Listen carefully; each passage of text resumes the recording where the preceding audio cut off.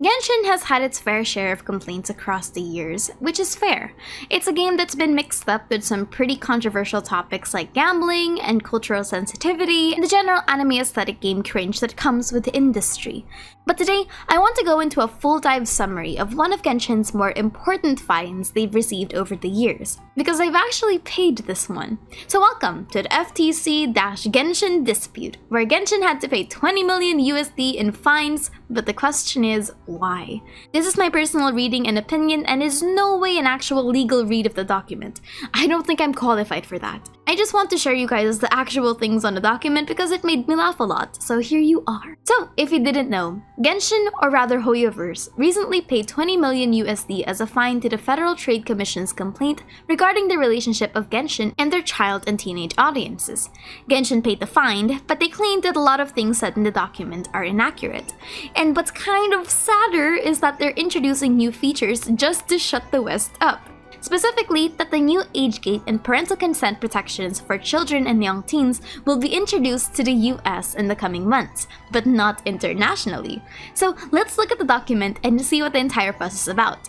The main gist of the complaint is that number 1, Genshin is a child-directed game. Personal information of children is being collected by the game without parents and parental consent, which is in violation of the COPPA rule. Number 2 is that the marketing of Genshin Impact characters is misleading and a misrepresentation of the actual odds of obtaining rare loot box prizes, which leads to a misleading on children about the substantial expenditure likely required to obtain these prizes. Number 3 is that the currency exchange is complex and confusing because you can only purchase these loot boxes only after engaging in a complicated and confusing series of transactions involving multiple tiers of currency with different exchange rates. They argue that this serves to obscure the true price of the loot boxes and therefore artificially undermine the actual expense. So, let's begin. According to the document's opening, Genshin Impact is popular among children and teenagers, some of whom spend hundreds or thousands of dollars to obtain select chance-based prizes in the game. The game features anime-style cartoon graphics, bright and colorful animation, and several heroes who have the speech or appearance of children. Defendants have extensively promoted the game, including to children, through advertisements, social media channels, and paid influencers. Yet, despite these child-directed features of the game, and in some cases, defendants' knowledge that particular users of the game were children under 13 years old, defendants have proceeded to collect personal information from children before and without ever notifying parents and obtaining parental consent, in violation of the requirements of the COPPA rule. So, even though Genshin is from Asia, it still does have to abide by certain cultural contexts as a global game. And for the US, it's the COPPA rule. The COPPA rule applies to any operator of a commercial website or online service directed to children and to any operator of a commercial website or online service that has actual knowledge that it is collecting or maintaining personal information from children. And the rule usually is defined in 4 ways. Number 1 is to provide clear, understandable, and complete notice of its information practices, including specific disclosures directed to parents. Number 2 is to post a prominent and clearly labeled link to an online notice of its information practices with regard to children at specific locations of the website or online service, including how the operator collects, uses, and discloses the information, which is why we have a privacy policy. Number 3, and this is the one that I find weird, obtaining verifiable parental consent before collecting, using, and disclosing personal information from children, which is going to be its own problem later. Number 4 is retaining personal information from children online only as long as is reasonably necessary to fulfill the purpose for which the information was collected. And my problem with all of these 4 rules is that number 1, they're either incomplete, number 2 is that they could have probably been fixed if you actually paid attention to the policies that were already presented when you actually make the account, and number 3 is that they're idealistic rather than realistic, and I'm gonna show you why later. Now, the strange part about this is that the complaint actually takes direct wording that Hoyoverse operates an online service directed to children and had actual knowledge that it collected personal information from children, which is a strong accusation if it can't be backed by a concrete source. Sure, we know that children do play Genshin Impact, but the question becomes, Who is responsible for this? Legally, I mean. Genshin Impact as the game is officially rated as 12+, but they have referenced parents and guardians in their terms of service as being responsible for the supervision of their children, which is absolutely fair game. It actually also requires that when you agree to the terms of service, you are of legal age or are being facilitated by a legal guardian. I quote, "You have agreed that you have reached the legal age of majority and understand this agreement, including the terms governing dispute resolution contained in sections 20, and you may not submit any information or use Cognosphere services if you A. do not agree to this agreement, including sections 20 and 21, B. are not at least 18 of age or of legal age to form a binding contract, or C. are prohibited from accessing or using Cognosphere services by applicable law. Note for parents and guardians, you should never allow children in your care to use any of the services while unsupervised. Please ensure that your children do not give out too much personal information and that they understand how to use the services safely." And what's even more interesting in the complaint is that their basis for the assumption that Genshin knows that their player base has children of 12 and under is that Genshin does not screen players' ages by way of an age gate, or require them by entering a birth year. But the complaint is really vague in trying to prove that Genshin has active knowledge that their player base has children, because they use the player UID as evidence in this section, which isn't specific to their point about children. This happens with everyone and everything that we're using, I'ma be real with you. So they go back to their argument and claim that Genshin Impact is directed to children under 13. Remember the keyword here, directed. The complaint argues that the game's subject matter, visual content, animated characters, and child-oriented activities and child heroes, as well as Hoyoverse's use of influencers who appeal to children, is proof that Genshin is directed to children under 13. And I can already tell that these people have never properly played Genshin, because while I agree that Genshin has a general audience with features like children being shown, and its presentation being digestible for all ages, the actual content of Genshin is not exactly child-friendly, because the argument that it's child-directed is horribly vague and based on arbitrary and kind of incorrect arguments. Because you cannot tell me that Genshin's dialogue writing is for children, or that a lot of its things are for children, honestly. These people talk like they've choked down on a thesaurus. But they double down on this statement by saying that Genshin Impact's gameplay and subject matter revolve around exploring an open world, role-playing, and collecting a team of heroes, and engaging in stylized fantasy combat with no blood or gore, which are mechanics like those in other games popular with children. Now, there is a difference, in my opinion, between saying that a game is child-directed versus popular with children. Some media are not necessarily child-directed, but just happen to be child-friendly enough that a lot of children like it. Your definition of child-directed cannot be specific to blood and gore. But they continue and state that Paimon's existence is proof that the game is child-directed. Paimon's existence being a childlike NPC and the existence of childlike characters featured in one of their advertisements, namely Klee, Chi-Chi, and Diona, which they point out specifically as being children. Now, though Klee, Diona, and Chi-Chi were used to market to a younger audience, I do think that cherry-picking this advertisement specifically also removes the nuance that Genshin markets to everybody. Children are part of the demographic, though. Or rather, that the existence of children characters doesn't immediately mean, or shouldn't immediately mean, that Genshin is a child-directed game, considering that we do have characters that are also advocating for mildly more adult-oriented topics, like Venti's proclivity for drinking, the constant mentions of alcohol, and people with stronger ties to military and political themes that have been prevalent across the story. It also doesn't help their case that Genshin's ads are varied and seasonal, depending on the featured character of the patch and the featured nation of the patch. So I wish that they showed actual metrics and data that proved to them that these advertisements specifically were prevalently used in Genshin's marketing campaign timeline, and that they did garner the demographic they're claiming it's directed to, aka children. And that a lot of the Genshin marketing is actually only directed to children rather than its general audience. And speaking of Genshin's marketing, they actually mentioned this by a lot. Their next example of Genshin's direction being prominent with children is their hired use of influencers to promote their content, specifically that those influencers appeal to and are popular among children. And their direct example of how they operationalized what a child prominent influencer is was that some of these influencers won or were finalists for categories related to gaming and online media at the Nickelodeon's Kids' Choice Awards, an annual awards ceremony that recognizes media and entertainers popular among children. Which, at the moment that I read this, I was like, what? With the prevalence of internet and online media, I really think that the next Kids' Choice Awards is amongst the weakest possible anchor examples that you could make when you have specific online spaces that cater to children. It wouldn't take much to research stronger metrics, especially since these spaces have asked for birth dates before. Examples of this would be searching if Genshin Impact is prevalent amongst YouTube Kids content, but rather that some influencers hired by Hoyoverse to promote Genshin Impact became prominent by making content associated with games and activities that are popular among children, such as the video games Minecraft and Roblox. Which, while fair, and we do know that Minecraft and Roblox are popular amongst children, is still a rather loose categorization of what those influencers are, especially in a legal document. Not everyone that makes those games are directed for children. And just because a content creator is sponsored by Hoyoverse to promote their game to an audience like that, doesn't mean that Hoyoverse's only intention is getting children demographics specifically. Remember, Minecraft and Roblox are general-aged games that do appeal to a wider variety of audiences, hence Minecraft's E10+ and an ESRB teen rating for Roblox. Which I didn't know that Roblox had an ESRB teen rating. I thought it was lower. I agree though that the marketing could pull in children by collateral, going back to that definition I said of child-oriented activities that Genshin allegedly has.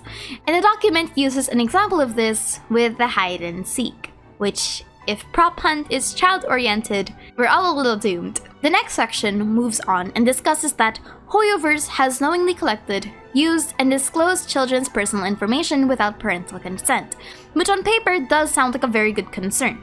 Third-party information of children's data from both hardware and software has been a growing concern over the years.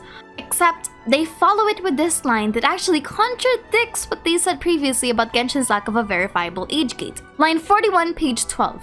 In many instances, Hoyoverse has continued to collect, use, and disclose children's personal information without obtaining parental consent, even after obtaining actual knowledge that these users were children.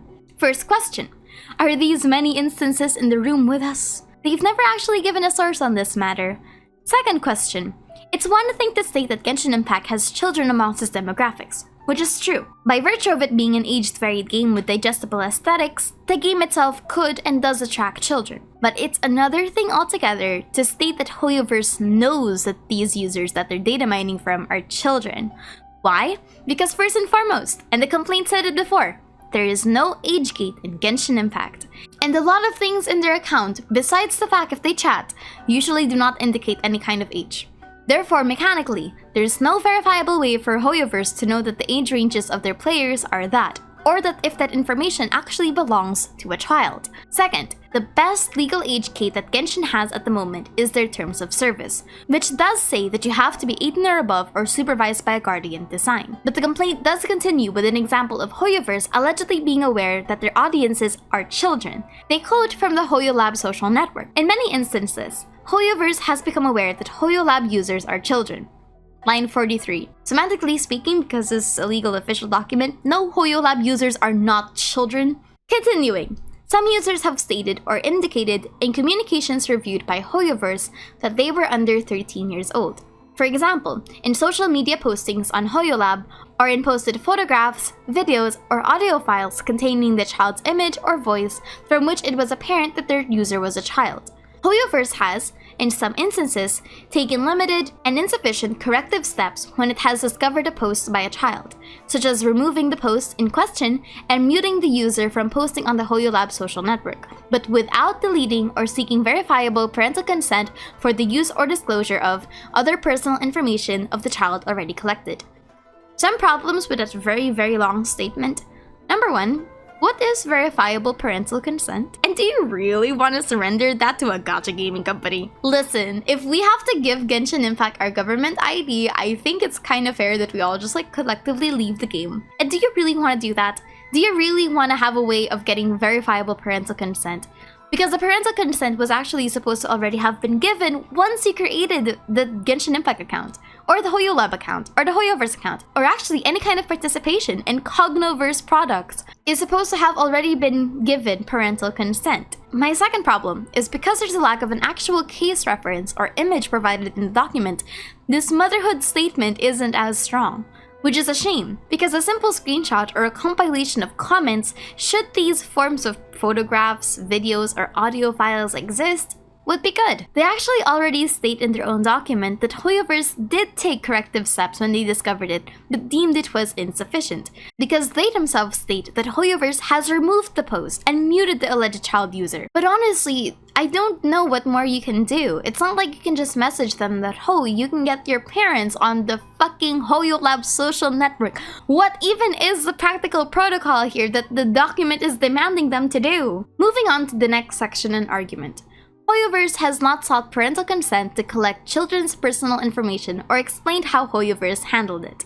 According to the complaint, Hoyoverse has failed to provide parents with a direct notice of its practices concerning the collection, use, and disclosure of children's personal information. Now, the starting point of this is looking at Hoyoverse's privacy policy, which now actually has a section dedicated to disavowing the marketing of its services to children, which is true. According to Hoyoverse, children are not permitted to use these services, and we do not knowingly collect any personal information from children. Again, because there's not a lot of ways for them to actually see if an account belongs to a child. Though our services are not intended for children as the primary audience, which is true because children are mostly broke, we may collect age information before allowing a user to proceed for certain services. If we learn that we have inadvertently gathered personal information about the child that is not subject to an exemption under applicable privacy law, we will take measures to promptly remove the information from our records.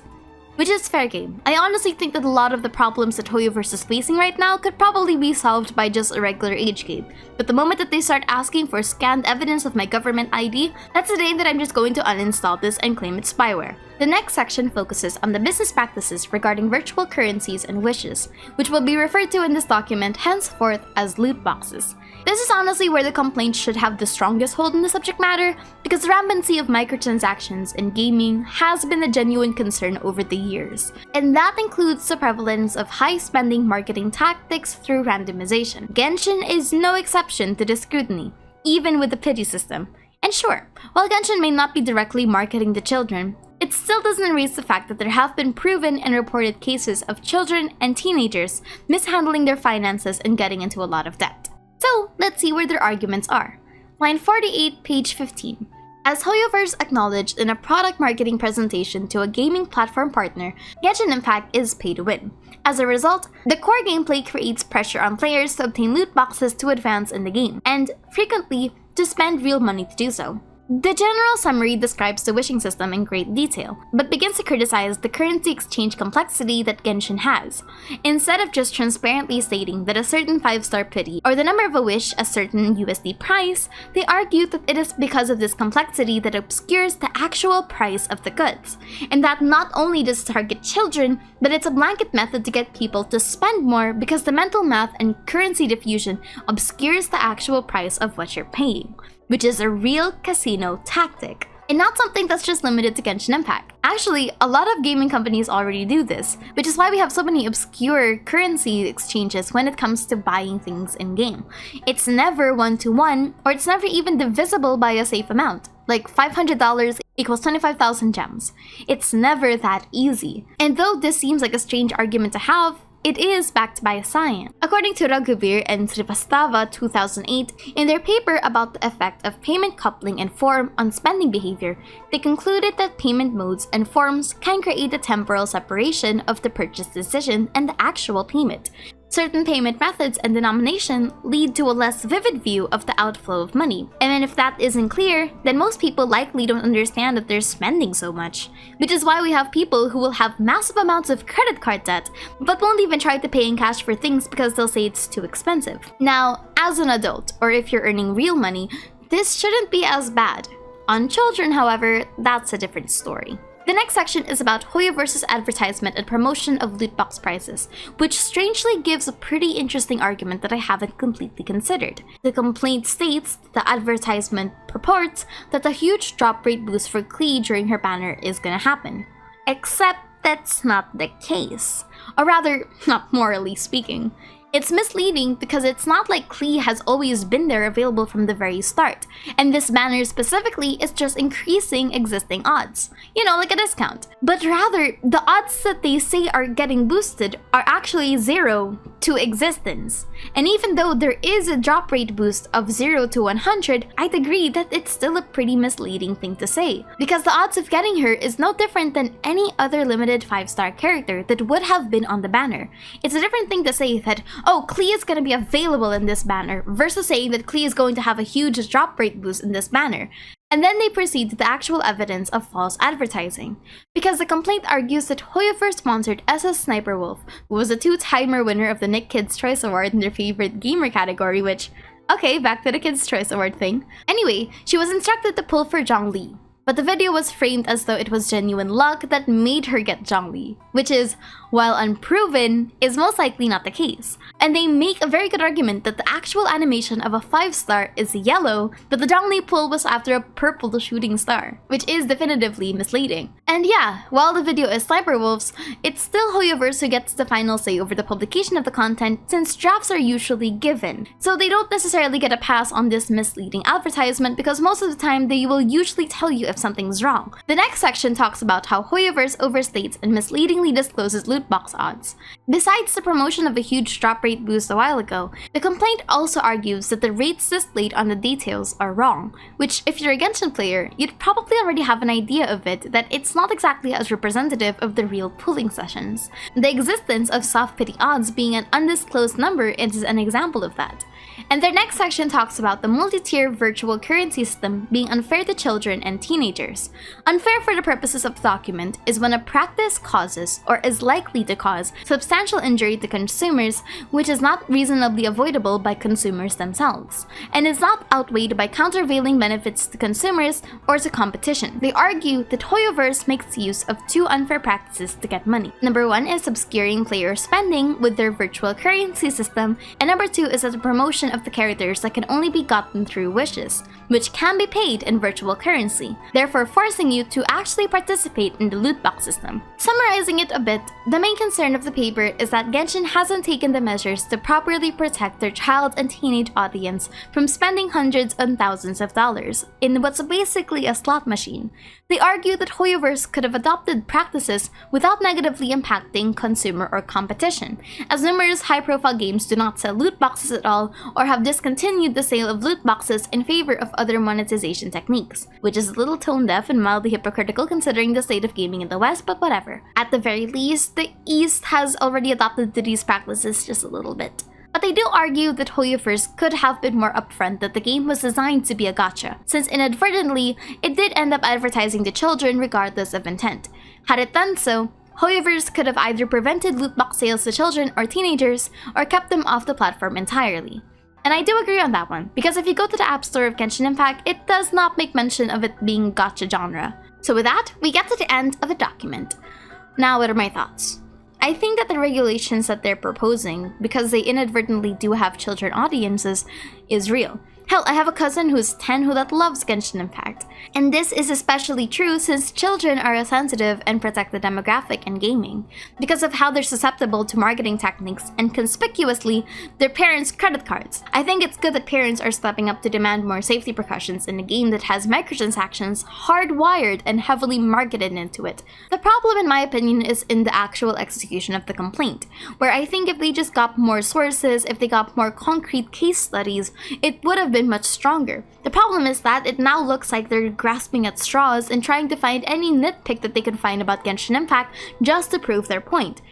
Great example is that child-directed thing that they were saying. But it also begs the question, how in the world are your children getting access to your credit cards unsupervised? Because there's no way that a child should have that level of knowledge. If anything, the credit card itself should be the verifiable parental consent needed.